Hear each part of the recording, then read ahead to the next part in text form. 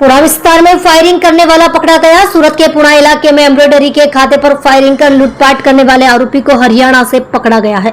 सूरत के पुणा इलाके में एम्ब्रॉयडरी की फैक्ट्री पर फायरिंग कर लूटपाट करने वाले आरोपी को पुलिस ने आखिरकार पकड़ लिया है। आपको बता दें कि भाग्योदय इंडस्ट्रीज में दिन दहाड़े दो लोगों ने एम्ब्रॉयडरी खाते में घुसकर फायरिंग की और मोबाइल फोन और नकदी लूट ली। आरोपियों ने कारीगरों से लूटपाट की थी और बाहर से दरवाजा बंद कर भाग गए थे।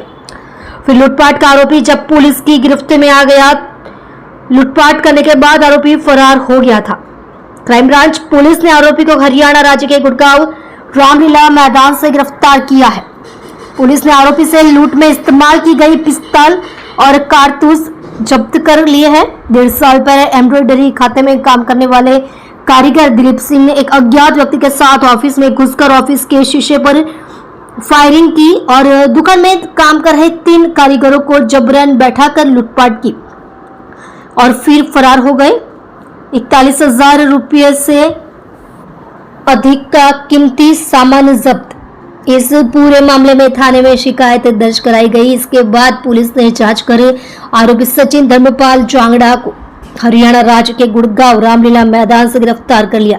पुलिस ने आरोपी से 41,000 के अधिक का कीमती सामान जब्त कर लिया है और आरोपी को सलाखों के पीछे पहुंचाकर कानूनी कार्यवाही की है। गौरतलब है कि शहर में लगातार बढ़ रहे लूटपाट और मारपीट की घटनाओं से अब नागरिकों में भय का माहौल देखने को मिल रहा है। गई तारीख 5મી જૂનના રોજ પુણા પોલીસ સ્ટેશન વિસ્તારમાં ભાગ્યોદય ઇન્ડસ્ટ્રીઝમાં એક કૃષ્ણા ફેશન નામની જે ખાતું હતું એમ્બ્રોઇડરીનું, ત્યાં મદનસિંહ ભાટી નામના એક માણસનું ખાતું હતું। આ ખાતામાં સવારના 12:30 આસપાસ એમનો જૂના કારીગર દિલીપસિંહ અર્જુનસિંહ એક અજાણ્યા માણસને લાવી અને 4 જેટલા રાઉન્ડ ફાયર કર્યા છે અલગ અલગ જગ્યા ઉપર અને એ ત્યાંથી કામ કરતા કારીગરોના ફોન અને રોકડ 300 રૂપિયાની લૂંટ કરી તોડફોડ ઓફિસમાં કરી અને દિલીપસિંહ અને બંને અજાણ્યા ઇસમો ત્યાંથી ભાગી જાય છે।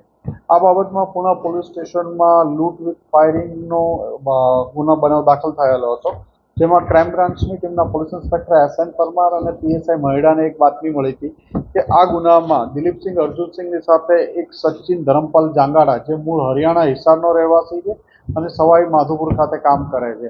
આ બાતમી આધારે ટીમ દ્વારા સવાઈ માધોપુર જે વેરીફાઈ કરતા ત્યાં મળી આવેલ નહીં।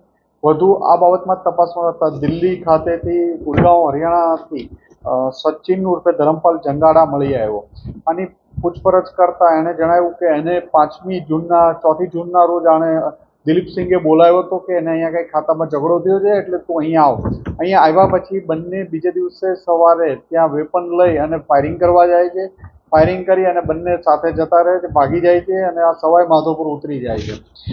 આ લોકોએ ભાગતા પહેલા પુણા પોલીસ સ્ટેશન ભાગ્યોદય ઇન્ડસ્ટ્રીઝના એક ખાલી જગ્યા ઉપર આ વેપન એને દાટીને છુપાવેલું હતું ફાયરિંગ કર્યા બાદ દિલીપસિંહે। એ જગ્યા આણે જોયું હોય, 2 પંચો રૂબરૂ વેપન અને 11 રાઉન્ડ જે ફાયરિંગમાં વપરાયેલું હતું એ હથિયાર અને 11 રાઉન્ડ રિકવર કરવામાં આવ્યા છે અને આરોપીની ધરપકડ કરી વધુ તપાસ અર્થે પુણા પોલીસ સ્ટેશન સોંપાઈ આગળની કાર્યવાહી કરવા માટે આપેલી છે। દિલીપસિંહ અર્જુનસિંહ પહેલા આ જ ખાતામાં નોકરી કરતો હતો। એને નોકરીમાંથી એની વારંવાર ઝઘડો કરવાની અને દારૂ પીવાની આદતના હિસાબે એના ખાતાના માલિક મદનસિંહ ભાટીએ એને નોકરીમાંથી કાઢી મૂક્યો હતો। તો એને અન્ય કારીગરોને આ ખાતામાં ન નોકરી કરવા અને માલિકને ડરાવવા માટે ફાયરિંગ કર્યું હતું। દિલીપસિંહ વેપન લાવ્યો હતો। દિલીપસિંહ પકડાવાથી ક્યાંથી વેપન આવ્યું હતું એ તપાસ દરમિયાન મળી આવશે।